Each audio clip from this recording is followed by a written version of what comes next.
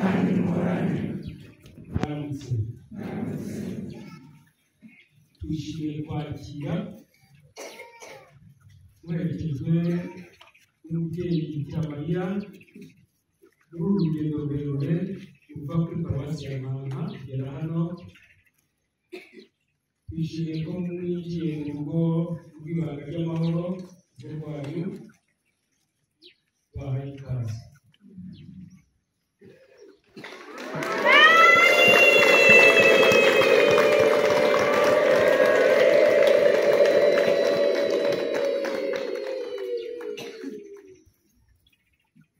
Igikorwa rero kibanze mu buzima bwacu busanzwe, hari ibintu tuzi bigaragaza impuhwe n'urukundo mu mutima w'abantu, nko gukingurira umuntu umuryango ngo yinjire iwawe biba bigaragaza impuhwe n'urukundo. Gukingurira uwanyagirwaga kugira ngo yugame, gukingurira umugenzi umwiriyeho, gukingurira umuntu utotezwa uwuhungiyeho. Umuryango kandi urinda ibibi byo hanze kandi ugatanga umutekano. Uwinjiye aba ageze mu mutekano. Uwinjiye mu muryango aba yijejwe izimano n'icumbi. Uko niko twumva kwinjira mu muryango w'umuntu, kwinjira mu nzu ye mu buzima bwacu busanzwe bwa buri munsi. Umuryango rero utwinjiza mu nzu y'Imana ni akarusho, kandi uwo muryango ni Yesu Kristo. twakwibaza ngo kuki tunyura mu muryango w'impuhwe mu bihe byihariye. Turabizi muri kiliziya yacu tugira ibihe bisanzwe n'ibihe bidasanzwe.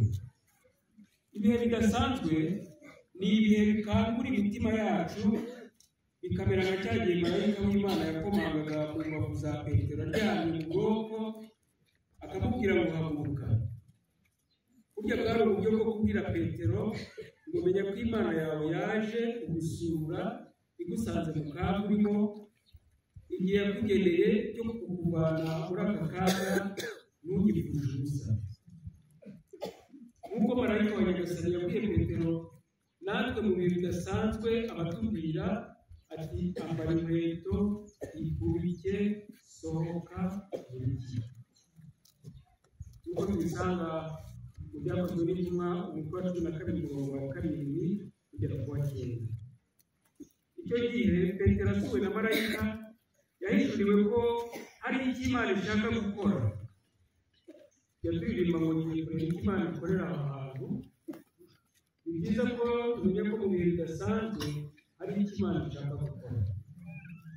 Bimwe mu bihe bidasanzwe rero tugira kuri kiliziya ni yubile. Yubile ubwabyo bivuga igihe cy'ibyishimo, kuko iryo jambo mu rurimi rw'Ikilatini jubilare risobanura gusabagizwa n'ibyishimo. Ubu rero turibuka ko Imana nyir'ijuru n'isi yakunze abantu ikabohereza umwana wayo w'ikinege kugira ngo umwemera wese agire ubugingo bwuzuye. Yohana umutwe wa 3:16. None imyaka ikaba ibaye 2025, ikongera igakunda abanyarwanda byihariye, ibagezaho inkuru nziza y'agakiza. None hashize imyaka 125. Umwaka wa yubile rero bitwishima gusa, ahubwo dusubiza amaso inyuma tukareba uko twabayeho. Buri wese agasabwa gutanga ubutabera ku bantu bose kandi akarangwa n'impuhwe no kugarukira Imana. Iyi mpurirane ya yubile irimo na yubile y'imyaka 50 ya paruwasi yacu ya Ntanga. Ni umwanya rero wo gutekereza. Muri iki gihe turahamagarirwa kwitegereza ko Imana itugirira impuhwe tutari tubikwiye, maze bitume natwe kwitanira kugirira abandi impuhwe. Muri ibi bihe bya yubile tuvuga n'ijambo indulgensiya. Indulgensiya ni iki? Iyo tunyuze mu muryango w'impuhwe twarabyiteguye neza, turonka indulgensiya ishyitse. Bivuze ko tugirirwa impuhwe zidasanzwe, tugahabwa imbabazi zidasanzwe, tukagabirwa ingabire zidasanzwe kubera ibihe bidasanzwe turimo. Ubu rero ibihe bidasanzwe turimo ni yubile y'impurirane nk'uko nabivuze. Turi mu gihe kidasanzwe cyagenewe gusaba no guhabwa izo mpuhwe, imbabazi n'ingabire. Kimwe mu bimenyetso bigaragaza icyo gikorwa cyo gusaba no kuronka izo ndulgensiya ni ukunyura mu muryango w'impuhwe. Papa Francisco nyakwigendera yakinguye umuryango w'impuhwe i Roma kubera iyi yubile, kandi asaba kiliziya muri diyoseze zose zo ku isi gushyiraho umuryango w'impuhwe kugira ngo abakristo bawunyuremo. Nicyo gikorwa natwe tugiye gukora. Kwambukiranya umuryango w'ingoro uva hanze ugana ku rutambiro ni ikimenyetso cyo gusanga Imana no gusanganirwa n'impuhwe zayo. Uyu mwaka ni mutagatifu, ugomba kubamo ibikorwa bitagatifu nk'ibi. Yesu ati nikerembo, uzanyuramo azakizwa, azishyira yizane kandi abone urwuri. Yohana umutwe wa 10:9. Iyo umuntu yambutse yambikwa imbaraga n'amizero. Iyo wambutse iteme wumva ufite icyo urusha abakiri hakurya yaryo batararyambuka. Uba wageze ku wundi butaka, uba wishimye. Kwambukiranya umuryango w'impuhwe rero ni ukugaragaza ko twishimiye kubaho mu buzima bushya dukesha Yesu Kristo watsinze urupfu kuri Pasika. Ni na byiza ko tunyuze mu muryango w'impuhwe mu gihe cya Pasika, kuko Pasika bisobanura guhita cyangwa kwambuka cyangwa gutambuka. Turizera rero ko mwese mwiteguye neza mukaba mugiye kwambuka mugana urutambiro rutagatifu. Nimukingurire Kristu amarembo y'imitima yanyu ku buryo bwagutse, nk'uko mutagatifu Papa Yohani Paul wa kabiri yabivuze. Murakaza neza mu ngoro y'Imana. Mu izina ry'Imana Data na Mwana na Roho Mutagatifu. Amen. Impuhwe z'Imana Data, amahoro akomoka kuri Nyagasani Yezu Kristu n'ubusabane kuri Roho Mutagatifu bihorane namwe. Bavandimwe, duteraniye hano kugira ngo duhimbaze uyu mwaka wa yubile y'impurirane, yubile y'imyaka 2025, 125 na 50 mu buryo bw'umwihariko muri Paruwasi ya Nkambi. Ni impano rero duhawe binyuze mu kwambukiranya uyu muryango mutagatifu. Tuzanye kandi mu mitima yacu abakristu benshi n'ingo nyinshi, tuzirikana neza ko zose zikeneye impuhwe z'Imana kugira ngo babashe kubaho no gukomera mu rukundo rw'Imana. Dusabe.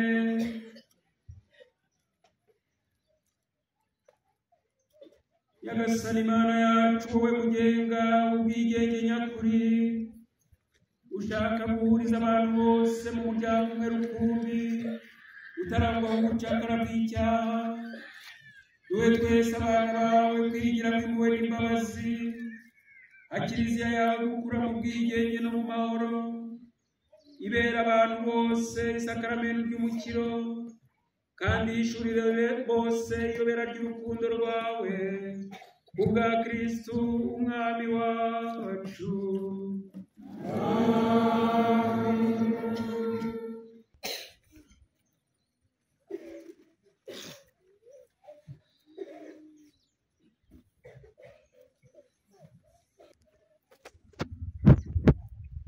Isomo ryo mu baruwa ya mbere Mutagatifu Pawulo intumwa yandikiye Timote. Ndashimira cyane Kristu Yesu umwami wacu, wampaye imbaraga kuko yasanze nkwiye kwizerwa, maze akantorera kumukorera, njyewe wahoze ndi umuntu utuka Imana, ngatoteza abayo, nkaba umunyarugomo. Ariko nagiriwe imbabazi kuko ibyo nakoraga nabiterwaga n'ubujiji ntaragira ukwemera. None ingabire y'umwami wacu yambayemo igisagirane, senderezwa ukwemera n'urukundo ruri muri Kristu Yesu. Dore ijambo rigomba kwizerwa kandi rikwiye kwakiranwa ubwuzu na bose. Nuko Kristu Yesu yaje ku isi kugira ngo akize abanyabyaha, muri bo nkaba uwa mbere. Kandi kuba naragiriwe imbabazi ni ukugira ngo Kristu Yesu ahere kuri nge, maze yerekane ubuntu bwe bwose, bityo angire urugero rw'abagomba kuzamwemera bizeye ubugingo bw'iteka. Umwami w'ibihe byose, ari nawe Imana imwe rukumbi ihoraho kandi itagaragara, naharirwe icyubahiro n'ikuzo uko ibihe bigenda bisimburana iteka. Amina. Iryo ni ijambo ry'Imana.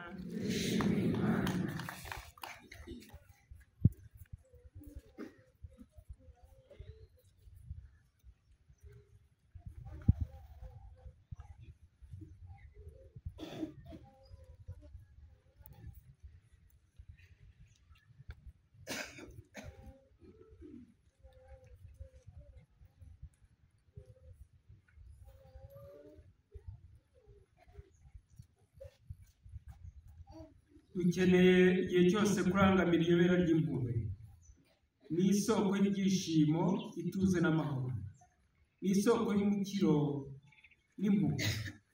ni ijambo riduhishurira iyobera ry'ubutatu butagatifu. Impuhwe ni igikorwa ndengakamere Imana ikoresha mu dutabare. Impuhwe ni itegeko ry'ibanze rituye mu mutima wa buri muntu igihe arebana amaso ataryarya mugenzi we ahura nawe mu nzira y'ubuzima. Impuhwe ni inzira ihuza Imana n'abantu kuko ikingurira umutima icyizere cy'uko ahora akunzwe n'ubwo intege nke z'icyaha cyacu zitabura. Bavandimwe rero, mu kanya tugiye gukora wa mutambagiro wambukiranya umuryango w'impuhwe kugira ngo twinjire mu ngoro ntagatifu. Turinjira tuzirikana kandi tuvuga ibisingizo by'abatagatifu. Nyagasani utubabarire, Nyagasani utubabarire, Kristu utubabarire, Kristu utubabarire, Nyagasani utubabarire, Nyagasani Maria mutagatifu mubyeyi w'Imana,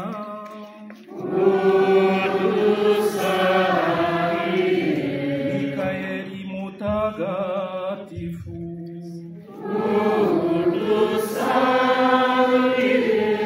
bamarayika b'Imana batagatifu,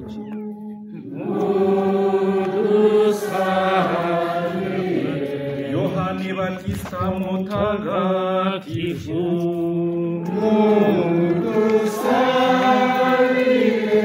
Yosefu mutagatifu,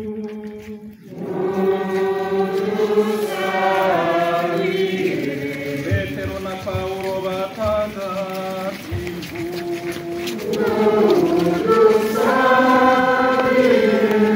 Andrea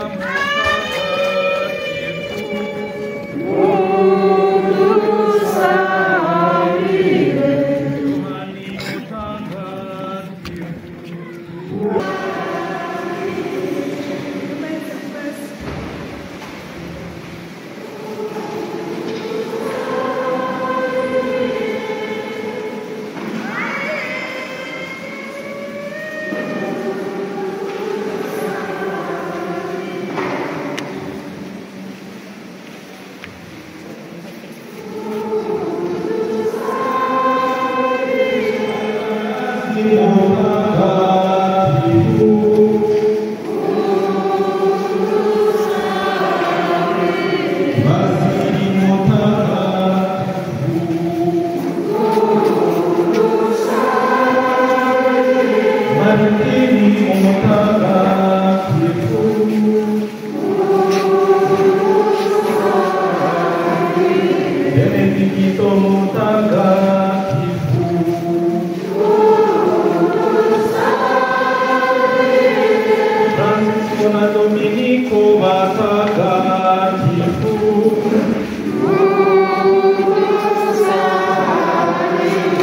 Yohani mutagatifu.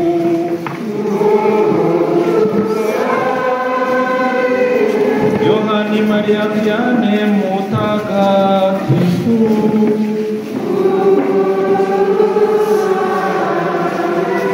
Katarina Visiena mutagatifu,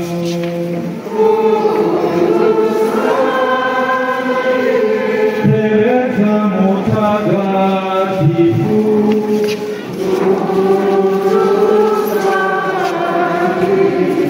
Carolina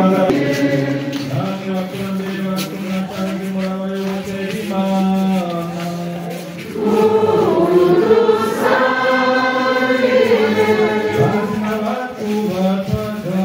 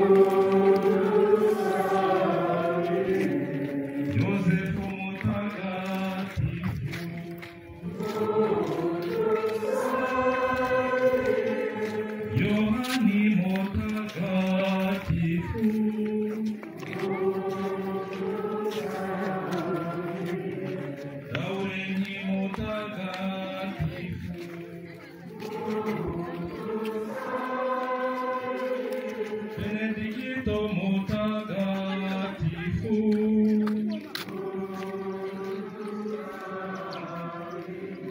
Francisco na Dominico batagatifu.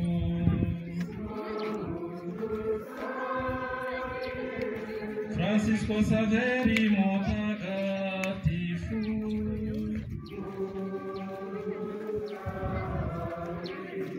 Gregori mutagatifu.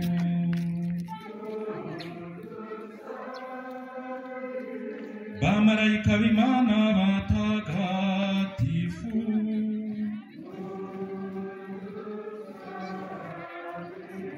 Mikaeli mutagatifu.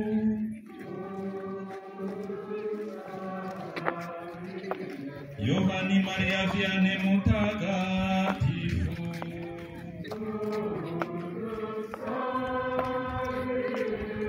Mwese batagatifu na batagatifu kazi b'Imana.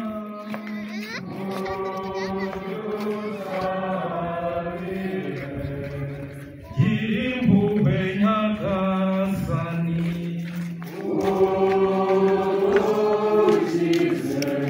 Icyago cyose nyagasani. Icyaha cyose nyagasani.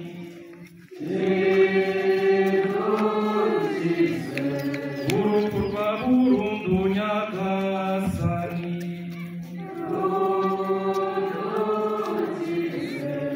Girira ko wigize umuntu nyagasani.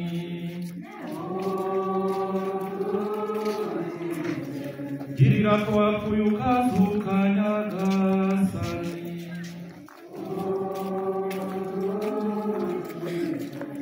Twemana ryawe twumve.